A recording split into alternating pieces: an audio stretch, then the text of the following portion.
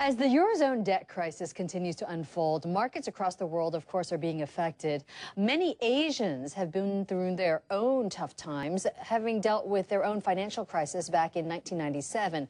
Emerging markets such as Indonesia have remained somewhat resilient so far, despite the headwinds coming out of Europe, with a 6.3% rise in GDP for the first quarter from a year ago. But caution still prevails. Our Andrew Stevens spoke with Indonesia's trade minister about the lessons learned from the Asian economic crisis. We go back to 97, 98. Countries like South Korea, Thailand, and Indonesia had to basically undertake serious austerity measures. And I think, in hindsight, we didn't have the benefit of time. We didn't have the benefit of choosing whether or not to do it. We were kind of like asked to do it, and we had the wall against our back. And we did it. I think, looking back, it was a blessing that we were able to cleanse the banking system, restructure a number of the sectors, and privatize. I think we would like to see some, similarity in the way austerity measures ought to be undertaken.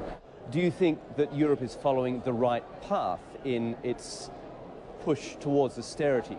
Yeah, I think, but you've got to put in the equation as to how or the extent to which that will have some social and political repercussions. There were huge social and political repercussions in Indonesia. Yes, well, we learned about democracy in ways that nobody would have thought of 6 months before that. But in hindsight, again, I think those austerity measures turned out to be the very thing that we should have done, and we did it.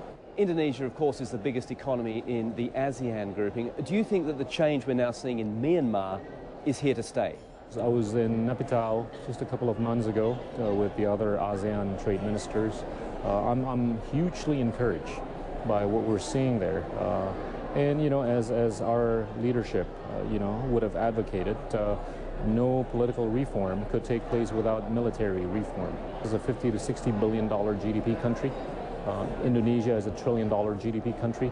With what ASEAN have done collectively in favor of and on behalf of Myanmar, I think we're very happy. What is the next step for Myanmar to cement this move towards democracy and economic reforms? I think they've got to take very, very proactive views on investing on the soft infrastructure and the hard infrastructure. Let them not fall into the natural resource curse that we may have seen in other countries. They're blessed with abundant natural resources, but I think they've got to make sure that they've got the right capacity to basically promote robust economic growth in Myanmar. Just how crucial will 2015 be for Myanmar? Is it the year that we will see long-lasting change? Absolutely. I think there's no reason for us morally not to be supportive of that initiative. We have seen them, and we will continue seeing them as a member of our family.